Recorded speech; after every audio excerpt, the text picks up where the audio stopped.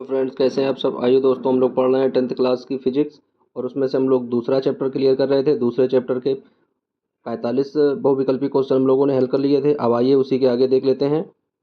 तो आइए दोस्तों देख लेते हैं 46वां क्वेश्चन। देख लेते हैं दोस्तों, 46वां क्वेश्चन दिया गया है, नेत्र गोलक के गोल होने पर हम लोग क्या देख पाते हैं। यानी नेत्र गोलक के गोल होने पर देख पाते हैं। किसे देख पाते हैं? निकट की वस्तुओं को देख पाते हैं, दूर की वस्तुओं को देख पाते हैं, या 25 सेंटीमीटर की दूरी पर की ही वस्तुओं को देख पाते हैं, या इनमें से कोई नहीं। तो जो आंसर दोस्तों सही लग रहा हो उस आंसर को आप लोग जल्दी से कमेंट बॉक्स में टाइप कर लें या अपने नोटबुक में लिखते रहिए। अब आइए देख लेते हैं इसका आंसर क्या हो जाएगा। दोस्तों, नेत्र गोलक के गोल होने पर हम लोग क्या देख पाते हैं? निकट की वस्तुओं को देख पाते हैं। तो इसका राइट आंसर हो जाएगा ए नंबर, यानी 46 क्वेश्चन का जो राइट आंसर होगा वो होगा ए नंबर। अब आइए देख लेते हैं अगला क्वेश्चन। अगला क्वेश्चन दिया गया दोस्तों, दिया है वस्तु को हटा लेने के बाद भी नेत्र पटल पर प्रतिबिंब कितने सेकेंड तक बना रहता है? 1/10 सेकेंड तक, 1/20 सेकेंड तक, या 1/16 सेकेंड तक, या 1/5 सेकेंड तक। तो आइए दोस्तों देख लेते हैं इसका राइट आंसर क्या होगा। जो भी आंसर सही लग रहा है उस आंसर को आप लोग जल्दी से अपनी नोटबुक में लिख लें या कमेंट बॉक्स में कमेंट कर दें। तो आइए देख लेते हैं इसका राइट आंसर क्या हो जाएगा। तो इसका राइट आंसर होगा दोस्तों 1/10 सेकेंड। यानी किसी वस्तु को हटा लेने के बाद भी नेत्र पटल पर प्रतिबिंब कितनी देर तक बना रहता है? 1/10 सेकेंड तक उसका प्रतिबिंब जो है वो नेत्र पटल पर बना रहता है। अब आइए देख लेते हैं अगला क्वेश्चन। अगला क्वेश्चन दिया गया दोस्तों, दृष्टि निर्बाध सिद्धांत का उपयोग कहाँ पर किया जाता है? चलचित्र प्रक्षेपण में, फोटोग्राफी के कैमरे में, या सूक्ष्मदर्शी में, या इनमें से कोई नहीं। तो आंसर जो भी सही लग रहा है दोस्तों उस आंसर को आप लोग टिक कर लीजिए। अब आइए देख लेते हैं इसका राइट आंसर। तो इसका राइट आंसर क्या होगा? दृष्टि निर्बाध सिद्धांत का उपयोग कहाँ पर किया जाता है? तो इसका उपयोग किया जाता है दोस्तों चलचित्र प्रक्षेपण में। चलचित्र क्या होते हैं दोस्तों? चलचित्र होते हैं जो हम लोग मूवी देखते हैं, यानी कोई फिल्म देखते हैं तो उसमें जो चीज़ें चलती हैं वो किस क्या बोलती जाती हैं? उन्हें चलचित्र बोलते हैं। यानी किसी भी मूवी में जो चीज़ें कंटिन्यू चलती रहती हैं वो क्या बोली जाती हैं? चलचित्र बोली जाती हैं। तो इसका राइट आंसर हो जाएगा 48 क्वेश्चन का राइट आंसर ए नंबर हो जाएगा। अब आइए देख लेते हैं अगला क्वेश्चन। दोस्तों अगला क्वेश्चन दिया गया कार्निया के पीछे क्या है जो काले रंग की पेशियों का समुच्चय होता है? उसे क्या कहते हैं? यानी कार्निया के पीछे जो काले रंग की पेशियां होती हैं, उनका समुच्चय होता है, उनके मिलने का जो एक पुंज होता है वो क्या कहलाता है? वो परतारिका कहलाता है, नेत्र पटल कहलाता है, या दृष्टि पटल कहलाता है, या इनमें से कोई नहीं। गेस करिए दोस्तों आंसर इसका क्या होगा। अब आइए देख लेते हैं इसका राइट आंसर क्या हो जाएगा। तो कार्निया के पीछे का जो काले रंग की पेशियों का समुच्चय होता है दोस्तों उसे बोलते हैं पर तारिका। तो 49 क्वेश्चन का राइट आंसर हो जाएगा ए नंबर पर तारिका। अब आइए देख लेते हैं अगला क्वेश्चन। तो अगला क्वेश्चन दिया गया है दोस्तों, दिया गया है आयु में वृद्धि होने पर मानव नेत्र में समंजन क्षमता घट जाती है। तो यह दोष कौन सा हो जाता है? यह दोष हो जाता है बिंदुता का दोष हो जाता है, दीर्घ दृष्टि दोष हो जाता है, लघु दृष्टि दोष हो जाता है, या जरा दृष्टि दोष हो जाता है। जहां पर दोस्तों लिखा है दीर्घ दृष्टि दोष इसे बोलते हैं दूर दृष्टि दोष, जहां लिखा है लघु दृष्टि दोष इसे बोलते हैं निकट दृष्टि दोष। तो अब आइए देख लेते हैं इसका आंसर कौन सा सही होगा। आयु में वृद्धि होने पर मानव नेत्र में समंजन क्षमता का घट जाना कौन सा दोष कहलाता है? तो आयु के अनुसार जब किसी मनुष्य की आंख में जो समंजन क्षमता के अनुसार देखने की क्षमता कम हो जाती है उसे क्या बोलते हैं दोस्तों? उसे बोलते हैं जरा दृष्टि दोष। तो इसका राइट आंसर हो जाएगा डी नंबर, यानी क्वेश्चन नंबर 50 का राइट आंसर हो जाएगा डी। अब चलिए देख लेते हैं अगला क्वेश्चन। तो अगला क्वेश्चन दिया गया दोस्तों, दिया गया कार्निया में दोष अर्थात उसके पूर्णतः गोली न होने के कारण किस प्रकार का नेत्र दोष हो जाता है? यानी कार्निया का जो दोष होता है जो है पूरी तरीके से गोली ना होकर नेत्र दोष का रूप ले लेता है, उसे क्या बोलते हैं? उसे अबिंदुता बोलते हैं, दीर्घ दृष्टि दोष बोलते हैं, जरा दृष्टि दोष बोलते हैं, या फिर लघु दृष्टि दोष बोलते हैं। तो दोस्तों जो आंसर आप लोगों को सही लग रहा है उस आंसर को आप लोग गेस करिएगा। अब आइए देख लेते हैं इसका राइट आंसर क्या हो जाएगा। तो इसका राइट आंसर होगा दोस्तों कार्निया में दोष अर्थात इसके उसके पूर्णतः गोली ना होने के कारण किस प्रकार का नेत्र दोष हो जाता है? तो उस नेत्र दोष को बोलते हैं अबिंदुता। तो इसका राइट आंसर हो जाएगा ए नंबर, यानी 51 क्वेश्चन का राइट आंसर ए। अब आइए देख लेते हैं अगला क्वेश्चन। तो अगला क्वेश्चन दिया गया है अबिंदुता नेत्र दोष वाले व्यक्ति के चश्मे में किस तरह के लेंस से दोष का निवारण होता है? अवतल लेंस होता है, बेलनाकार लेंस होता है, उत्तल लेंस होता है या फिर द्विफोक्सी लेंस होता है? तो आइए दोस्तों देख लेते हैं किस तरह से अबिंदुता में किस तरह का लेंस प्रयोग किया जाता है। जल्दी से आंसर गेस करिएगा। आइए देख लेते हैं इसका राइट आंसर क्या हो जाएगा। तो इसका राइट आंसर जो है होगा अबिंदुता नेत्र दोष वाले व्यक्ति के चश्मे में किस तरह के लेंस से दोष का निवारण होता है। तो दोस्तों इसमें जिस तरह का लेंस प्रयोग करते हैं उसे बोलते हैं बेलनाकार लेंस। कैसा होता है ये? Cylindrical lens. तो आंसर नंबर बी सही हो जाएगा, यानी 52 क्वेश्चन नंबर का answer number B right answer.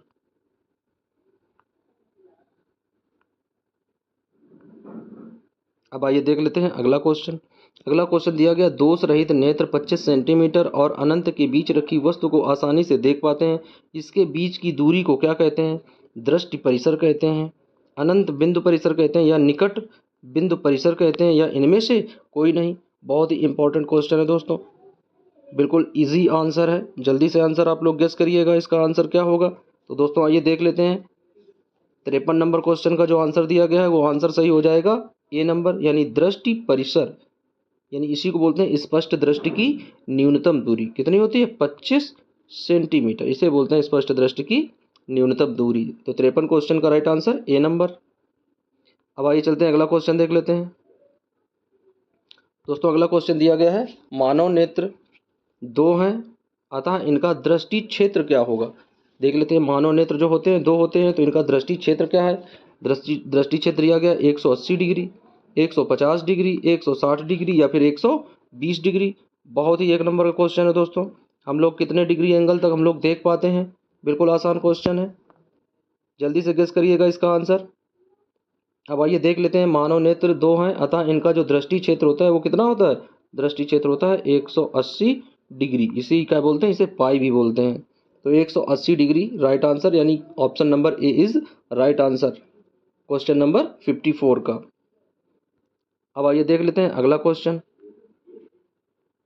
दोस्तों अगला क्वेश्चन दिया गया है, दूर दृष्टि वाली आंखें साफ साफ देख सकती हैं, यानी जिन्हें दूर दृष्टि दोष होता है वो आंखें क्या क्या चीज़ें हम लोग साफ साफ देख सकते हैं। नंबर ए में दिया गया है दूर की वस्तुओं को देख सकते हैं, नंबर बी में दिया गया है निकट की वस्तुओं को देख सकते हैं, नंबर सी में दिया गया है बड़ी वस्तुओं को देख सकते हैं, नंबर डी में दिया गया है इनमें से कोई नहीं। तो दोस्तों बिल्कुल एकदम ईजी आंसर है, जल्दी से आंसर इसका गेस करिएगा। दूर दृष्टि दोष वाली आंखें क्या देख सकती हैं?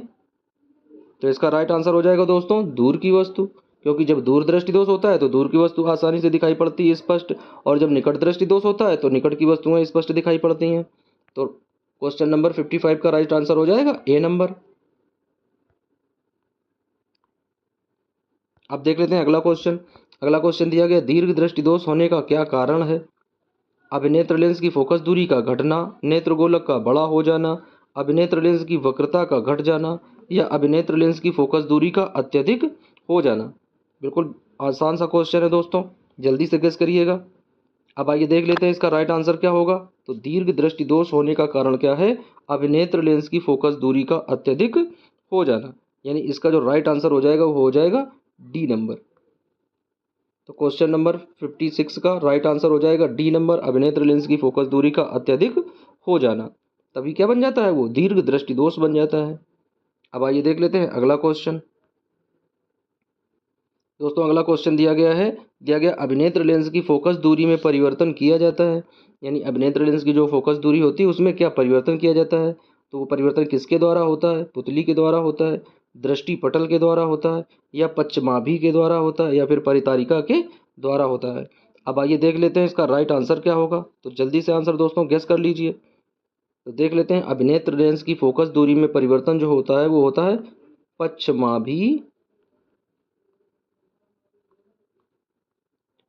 पश्चमाभि पेशियों के द्वारा। किसके द्वारा होता है? पश्चमाभि जो पेशियां होती हैं उन्हीं पश्चमाभि पेशियों के द्वारा उसमें परिवर्तन होता है। तो इसका राइट आंसर हो जाएगा सी नंबर, यानी 57 का राइट आंसर सी। तो दोस्तों 57 नंबर क्वेश्चन का जो राइट आंसर है वो हो जाएगा सी नंबर, पश्चमाभि के द्वारा, यानी पश्चमाभि पेशियों के द्वारा। अब आइए देख लेते हैं अगला क्वेश्चन। अगला क्वेश्चन दिया गया है, रेटिना आकाश को परिवर्तित करता है। क्या परिवर्तित करता है? विद्युत ऊर्जा में बदलता है, विद्युत सिग्नल में बदलता है, वास्तविक प्रतिबिंब बनाता है, या फिर इनमें से कोई नहीं। आइए देख लेते हैं दोस्तों इसका राइट आंसर क्या है। जल्दी से आप लोग गेस कर लीजिए इसका राइट आंसर क्या होगा। तो रेटिना प्रकाश को परिवर्तित करता है। किसमें परिवर्तित कर देता है भाई? रेटिना जो है वो प्रकाश को परिवर्तित कर देता है विद्युत सिग्नल में, यानी इलेक्ट्रिक सिग्नल जो होते हैं उसमें क्या करता है? उसको परिवर्तित कर देता है। तो क्वेश्चन नंबर 58 का राइट आंसर हो जाएगा बी नंबर। तो इसका राइट आंसर बी। अब आइए देख लेते हैं अगला क्वेश्चन।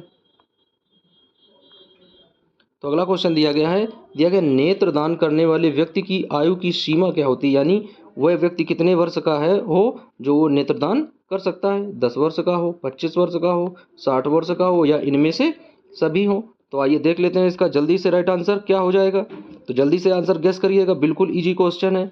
10 वर्ष का हो, 25 वर्ष का हो, 60 वर्ष का हो, या फिर ऑल ऑफ दीज, इनमें से सभी। तो दोस्तों इसका राइट आंसर हो जाएगा D number, all of these, यानी इनमें से सभी। तो क्वेश्चन नंबर 59 का राइट आंसर हो जाएगा 59 का राइट आंसर डी, इनमें से सभी। अब देख लेते हैं अगला क्वेश्चन। दिया गया मृत्यु के पश्चात कितने घंटे के भीतर नेत्र निकाल लेना चाहिए, यानी जो व्यक्ति मरणोपरांत नेत्रदान कर देते हैं तो मरने के बाद कितने समय के अंदर उनके जो आंखें हैं वो निकाल ली जाती हैं, उनका समय क्या होता है। देख लेते हैं। ऑप्शन ए में दिया गया 2 से 3 घंटे के भीतर, 4 से 6 घंटे के भीतर, 8 से 10 घंटे के भीतर, या फिर 10 से 12 घंटे के भीतर। अब आइए देख लेते हैं इसका राइट आंसर क्या है। तो दोस्तों जल्दी से गेस करिए, अंदाज़ा लगाइए इसका राइट आंसर क्या होगा। तो देख लेते हैं इसका दोस्तों राइट आंसर क्या हो जाएगा। तो इसका राइट आंसर हो जाएगा मृत्यु के पश्चात कितने घंटे के अंदर नेत्र निकाल लेने चाहिए। तो दोस्तों इसका आंसर हो जाएगा बी नंबर, 4 से 6 घंटे के अंदर। अब क्या होता है दोस्तों, जैसे जो व्यक्ति नेत्रदान कर देते हैं तो जैसे ही उनकी डेथ होती है, जैसे ही वो मरते हैं, तो उन जहाँ पर नेत्रदान होता है उस शिविर में क्या करते हैं वो लोग, फ़ोन करते हैं, अपना एड्रेस देते हैं, वहीं पर फ़ोन कर देते हैं। वो लोग 4 से 6 घंटे के भीतर आकर उस व्यक्ति की आंखें निकाल लेते हैं, और किसी ऐसे व्यक्ति के आंखें वो लगा दी जाती हैं जिन्हें आंखों की आवश्यकता होती है, तो वो भी इस रंग बिरंगे संसार को आसानी से देख सकते हैं। तो 60 नंबर क्वेश्चन का राइट आंसर हो जाएगा दोस्तों बी नंबर। अब देख लेते हैं अगला क्वेश्चन। अगला क्वेश्चन दिया गया इनमें से कौन व्यक्ति नेत्रदान कर सकता है? संक्रामक रोग से पीड़ित हो, मधुमेह का रोगी हो, दमे का रोगी हो, बी एवं सी दोनों। तो देख लेते हैं इसका राइट आंसर क्या होगा। जल्दी से गेस करिएगा दोस्तों इसका राइट आंसर। तो इसमें देख लेते हैं दोस्तों कैसा हो, संक्रामक रोग से पीड़ित हो और दमे का रोगी हो, ये 2 तरह के क्या हों, और तीसरा क्या है, दमे का रोगी हो। किस तरीके से, तो कौन कौन सा नेत्रदान कर सकता है दोस्तों? तो नेत्रदान 2 लोग कर सकते हैं। तो इसका राइट आंसर क्या हो जाएगा 61 का आंसर नंबर हो जाएगा डी, यानी बी व सी, यानी मधुमेह का रोगी भी नेत्रदान कर सकता है और दमे का रोगी भी नेत्रदान कर सकता है, लेकिन संक्रामक रोग से पीड़ित व्यक्ति नेत्रदान नहीं कर सकता है। यानी संक्रामक व्यक्ति की जो भी आंखें होती हैं वो कैसी होती हैं, वो भी संक्रामक हो जाती हैं, तो वो नेत्रदान नहीं कर सकता है। अब आइए देख लेते हैं अगला क्वेश्चन। तो अगला क्वेश्चन दिया गया दोस्तों, दिया गया कौन सा रंग है जिसका खतरे के सिग्नल के रूप में उपयोग होता है। बिल्कुल एकदम इजी क्वेश्चन है दोस्तों। देख लेते हैं। नंबर 1 दिया गया नीला रंग, नंबर बी दिया गया बैंगनी रंग, नंबर सी दिया गया लाल रंग, और नंबर डी दिया गया है पीला रंग। तो ये देखते हैं इसका राइट आंसर क्या होगा। जल्दी से गेस करिए दोस्तों इसका राइट आंसर। कौन सा रंग है जिसका खतरे के सिग्नल के रूप में उपयोग होता है? तो इसका राइट आंसर हो जाएगा दोस्तों लाल रंग, यानी रेड सिग्नल। तो रेड सिग्नल जो होते हैं वो कैसे होते हैं, खतरे के निशान के होते हैं, तो इसी वजह से खतरे के सिग्नल के रूप में कौन सा कलर प्रयोग किया जाता है, लाल रंग। तो क्वेश्चन नंबर 62 का राइट आंसर हो जाएगा सी नंबर। आइए देखते हैं अगला क्वेश्चन। अगला क्वेश्चन दिया गया दोस्तों, दिया गया है श्वेत प्रकाश जब प्रिज्म से होकर गुजरता है तो जो रंग सबसे अधिक विचलित होता है वह रंग कौन सा है? वह रंग लाल है, पीला है, बैंगनी है, या फिर नीला है। बहुत इजी क्वेश्चन है दोस्तों।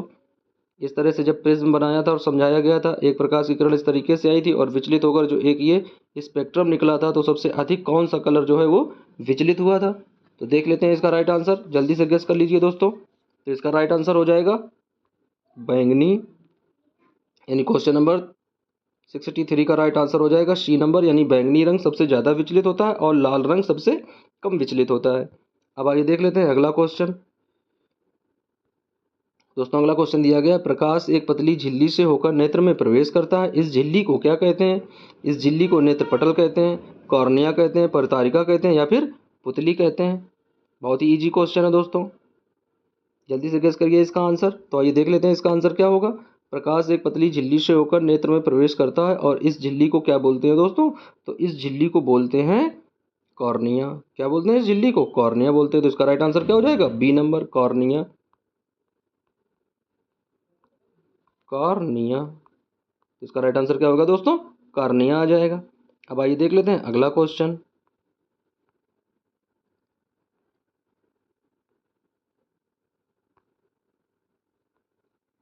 दोस्तों अगला क्वेश्चन दिया गया प्रिज्म से होकर सूर्य का श्वेत प्रकाश गुजरने पर श्वेत प्रकाश 7 रंगों में विक्षेपित हो जाता है, इसमें लाल रंग के प्रकाश का विचलन।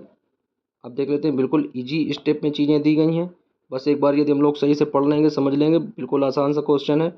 बैंगनी प्रकाश से कम होता है, हरे प्रकाश से कम होता है, आसमानी से कम होता है या सभी रंगों से कम होता है? बिल्कुल इजी क्वेश्चन है दोस्तों। लाल प्रकाश जो होता है वह कैसा होता है? वह बैंगनी प्रकाश से भी कम होता है, हरे प्रकाश से भी कम होता है और आसमानी प्रकाश से भी कम होता है। तो इसका राइट आंसर क्या हो जाएगा? इसका राइट आंसर हो जाएगा डी नंबर, यानी सभी रंगों से क्या हो जाता है? वो कम हो जाता है। तो क्वेश्चन नंबर 65 का राइट आंसर हो जाएगा डी नंबर। अब देखते हैं अगला क्वेश्चन। दोस्तों अगला क्वेश्चन दिया गया, चूजे के दृष्टिपटल में कौन सी कोशिकाएं नहीं होती हैं? यानी जो चूजा होता है, यानी जो मुर्गी का बच्चा होता है उसे चूजा बोलते हैं। तो चूजे का जो दृष्टिपटल होता है उनमें से कौन सी कोशिकाएं नहीं पाई जाती हैं? तो देख लेते हैं। संश्लाका कोशिकाएं नहीं पाई जाती हैं, शंकु कोशिकाएं नहीं पाई जाती, ऊपर दिए गए दोनों या इनमें से कोई नहीं। दोस्तों इसका राइट आंसर जो है वो क्या हो जाएगा? जल्दी से गेस करिए। तो इसका राइट आंसर हो जाएगा शंकु कोशिकाएं नहीं पाई जाती हैं। तो इसका राइट आंसर हो जाएगा बी नंबर। क्वेश्चन नंबर 66 का राइट आंसर बी। अब आइए देखते हैं अगला क्वेश्चन। अगला क्वेश्चन दिया गया दोस्तों, सूर्योदय और सूर्यास्त के समय सूर्य का गोला दिखता है, यानी सूर्य जो है एकदम से गोलाकार का होता है। तो कैसा होता है वो? गोलाकार होता है, अंडाकार होता है, चपटा होता है या फिर वह घनाकार होता है? जल्दी से आंसर गेस करिए दोस्तों, इसका आंसर क्या सही होगा? तो देख लेते हैं इसका आंसर कौन सा सही हो जाएगा।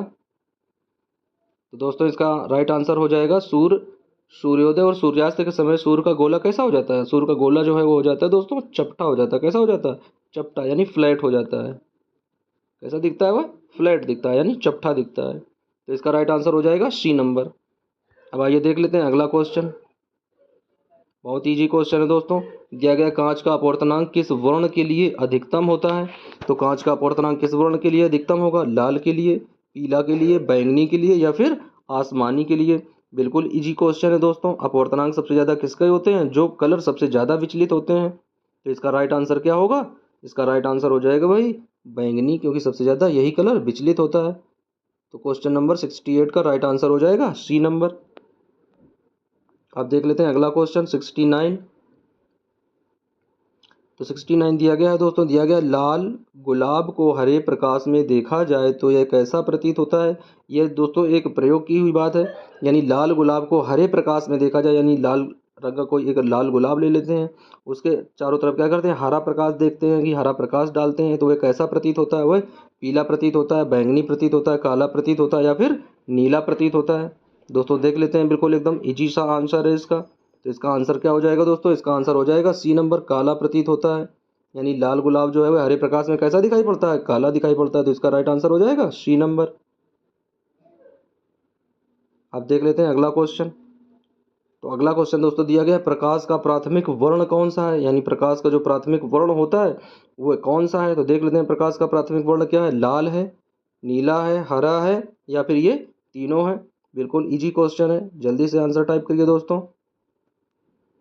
आइए देख लेते हैं इसका राइट आंसर। तो इसका राइट आंसर हो जाएगा, प्रकाश का प्राथमिक वर्ण कौन सा है? प्रकाश के प्राथमिक वर्ण जो श्वेत प्रकाश में जो वर्ण निकलते हैं वही उसके क्या होते हैं? प्राथमिक प्रकाश होते हैं। तो कौन से होते हैं? लाल, नीला, हरा, तीनों प्रकार के होते हैं। तो इसका राइट आंसर हो जाएगा डी नंबर। अब आइए देख लेते हैं अगला क्वेश्चन। दोस्तों अगला क्वेश्चन दिया गया, पेशियों के शिथिल होने पर अभिनेत्र लेंस की फोकस दूरी लगभग होती है, यानी पेशियां जब कैसी हो जाती हैं? शिथिल अवस्था में हो जाती हैं, तो अभिनेत्र लेंस की फोकस दूरी में क्या परिवर्तन होता है? अभिनेत्र लेंस की फोकस दूरी किस तरीके से परिवर्तित होती है? देख लेते हैं कितना हो जाता है उसका फोकस दूरी, लगभग 3.5 सेंटीमीटर, 2.5 सेंटीमीटर, 4.2 सेंटीमीटर या फिर 2.60 सेंटीमीटर। तो देख लेते हैं दोस्तों इसका राइट आंसर क्या होगा, जल्दी से गेस करिए इसका राइट आंसर। तो दोस्तों इसका राइट आंसर हो जाएगा, पेशियों के शिथिलन होने पर अभिनेत्र लेंस की जो फोकस दूरी है वो लगभग कितनी कम हो जाती है, तो वो लगभग दोस्तों कम हो जाती है 2.5 सेंटीमीटर। तो इसका राइट आंसर हो जाएगा बी नंबर, यानी 71 क्वेश्चन का राइट आंसर बी हो जाएगा। अब आइए देख लेते हैं अगला क्वेश्चन। तो अगला क्वेश्चन दिया गया है, अति सूक्ष्म कण किस तरह के प्रकाश को प्रकीर्णित करते हैं, यानी जो सूक्ष्म कण होते हैं, जो छोटे छोटे कण होते हैं, वह किस तरह के प्रकाश को क्या करते हैं, प्रकीर्णित कर पाते हैं। लाल रंग के प्रकाश को, पीले रंग के प्रकाश को, नीले रंग के प्रकाश को या फिर बैंगनी रंग के प्रकाश को। तो आइए देखते हैं इसका राइट आंसर। दोस्तों जल्दी से आंसर गेस कर लीजिए। अब आइए देख लेते हैं इसका राइट आंसर क्या होगा। तो दोस्तों इसका राइट आंसर हो जाएगा नीला रंग। राइट आंसर क्या हो जाएगा दोस्तों इसका, अति सूक्ष्म कण किस तरह से प्रकाश को प्रकीर्णित करते हैं, यानी किस तरह के प्रकाश को प्रकीर्णित करते हैं, कौन सा प्रकाश होता है जिसे वो प्रकीर्णित कर पाते हैं, तो कौन सा हो जाता है दोस्तों, वह होता है नीला रंग। तो इसका राइट आंसर हो जाएगा सी नंबर, यानी क्वेश्चन नंबर 72 का राइट आंसर हो जाएगा सी नंबर। अब आइए देखते हैं अगला क्वेश्चन।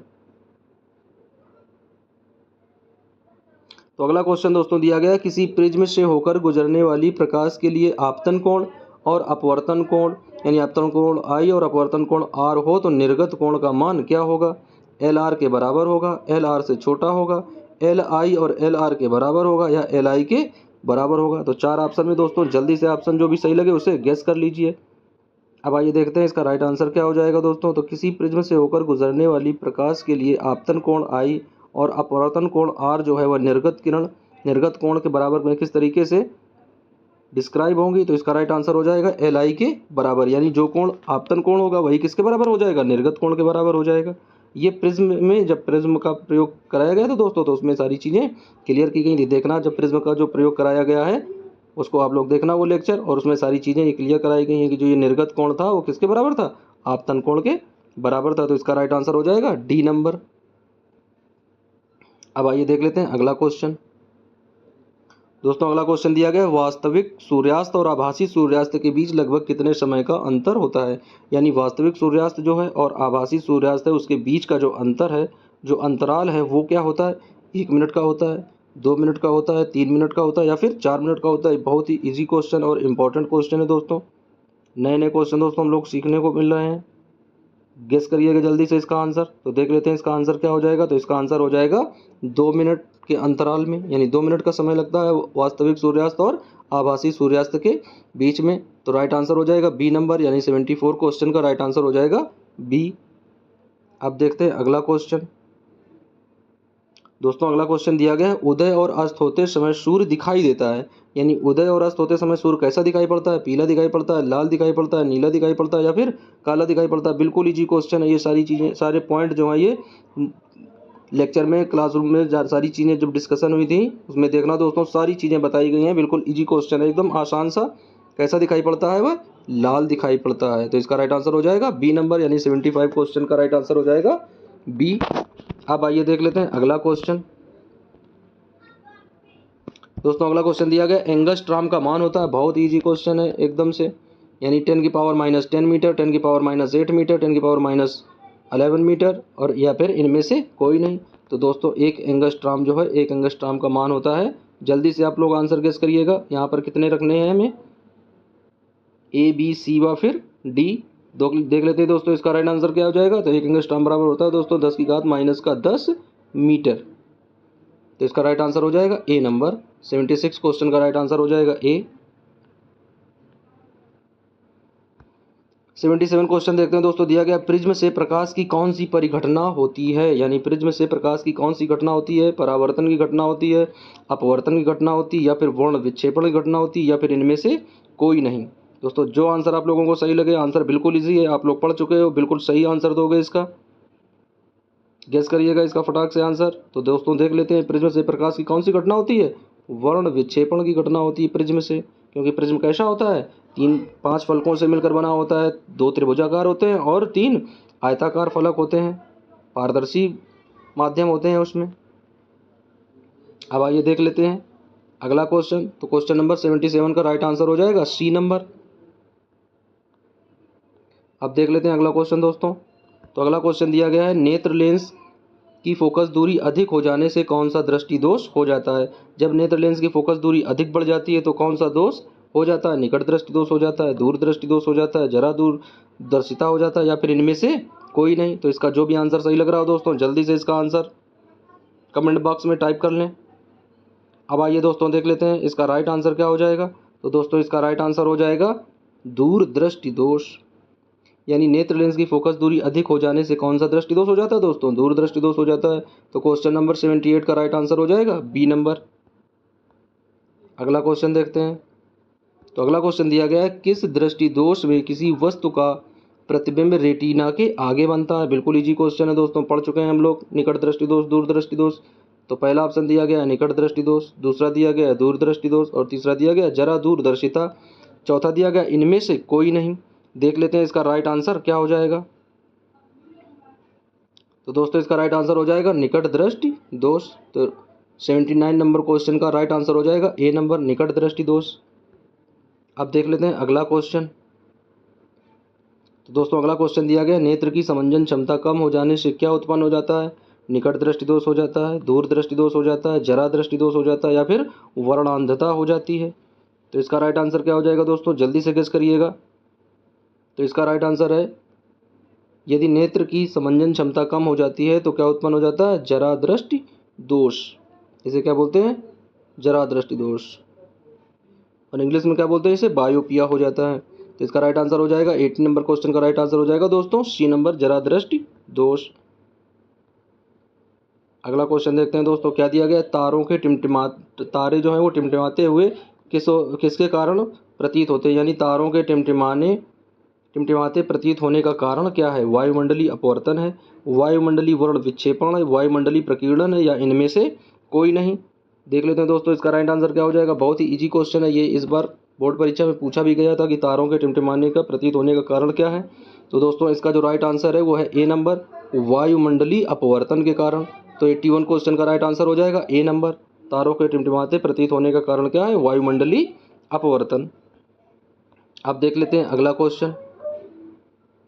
दोस्तों अगला क्वेश्चन दिया गया है एक प्रिज्म द्वारा श्वेत प्रकाश के स्पेक्ट्रम में वर्ण विक्षेपण जिस घटना के कारण होती है वह घटना क्या कहलाता है। वह घटना कहलाता है परावर्तन, अपवर्तन, विकिरणन, या फिर इनमें से कोई नहीं। दोस्तों जो आंसर आप लोगों को सही लग रहा है उस आंसर को आप लोग गेस कर लीजिए। बिल्कुल इजी क्वेश्चन है। हमने बताया भी था कि एक प्रिज्म से जब श्वेत प्रकाश हम लोग डालते हैं तो वह प्रकाश का एक स्पेक्ट्रम प्राप्त कराता है, और वह किस घटना के कारण होता है दोस्तों, तो वह घटना हो जाती है प्रकाश का अपवर्तन की घटना। तो इसका राइट आंसर हो जाएगा बी नंबर, यानी 82 क्वेश्चन का राइट आंसर हो जाएगा बी नंबर, अपवर्तन की घटना। तो जब श्वेत प्रकाश एक प्रकाश का स्पेक्ट्रम प्राप्त कराता है विबग्योर के रूप में, कौन सा स्पेक्ट्रम प्राप्त हुआ था दोस्तों, विबग्योर। स्पेक्ट्रम क्या था, विबग्योर। तो इसी स्पेक्ट्रम को बोलते हैं विबग्योर। ये किसके कारण हुआ था, प्रकाश के अपवर्तन के कारण। तो क्वेश्चन नंबर 82 का राइट आंसर हो जाएगा बी नंबर, प्रकाश का अपवर्तन। अब देख लेते हैं अगला क्वेश्चन। दोस्तों अगला क्वेश्चन दिया गया किसी कण पर पढ़कर प्रकाश के एक अंश के, यानी किसी कण पर पढ़कर प्रकाश के एक अंश के विभिन्न दिशाओं में छितराने को कहते हैं। यानी प्रकाश जो है किसी कण पर पड़ने के बाद जो चारों दिशाओं में फैल जाता है वह क्या कहलाता है। वह कहलाता है प्रकाश का परावर्तन कहलाता है, प्रकाश का अपवर्तन कहलाता है, प्रकाश का वर्ण विक्षेपण कहलाता है, या फिर प्रकाश का प्रकीर्णन कहलाता है। जल्दी से इसका आंसर, तो बिल्कुल ईजी क्वेश्चन है दोस्तों, एकदम हैशटैग क्वेश्चन है ये। इसका आंसर आप लोग कमेंट बॉक्स में ही दीजिए कि इसका आंसर क्या है, जल्दी से टाइप करिए। किसी कण पर पड़कर प्रकाश के एक अंश के विभिन्न दिशाओं में छितराने का कारण क्या है। तो दोस्तों इसका जो राइट आंसर है वो हो जाएगा डी नंबर, प्रकाश का प्रकीर्णन।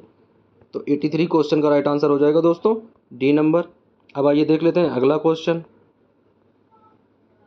दोस्तों अगला क्वेश्चन दिया गया है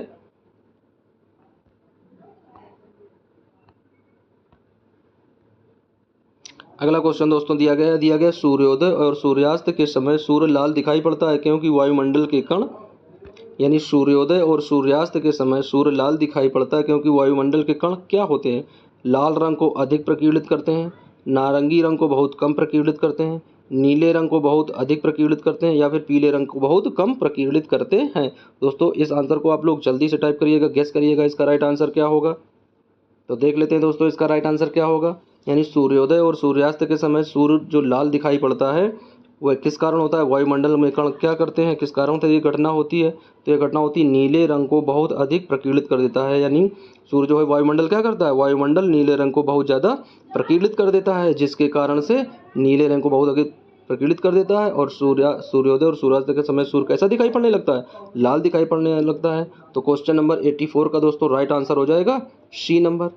तो दोस्तों इस तरीके से हम लोगों ने दूसरे चैप्टर के जो भी 84 बहुविकल्पी क्वेश्चन दिए गए थे उन बहुविकल्पी क्वेश्चनों को हम लोगों ने हल कर लिया है। दोस्तों इन 84 में से जिसके जितने सही आए हों एक बार कमेंट बॉक्स में कमेंट करके ज़रूर बताएं कि किसका कितना स्कोर रहा है।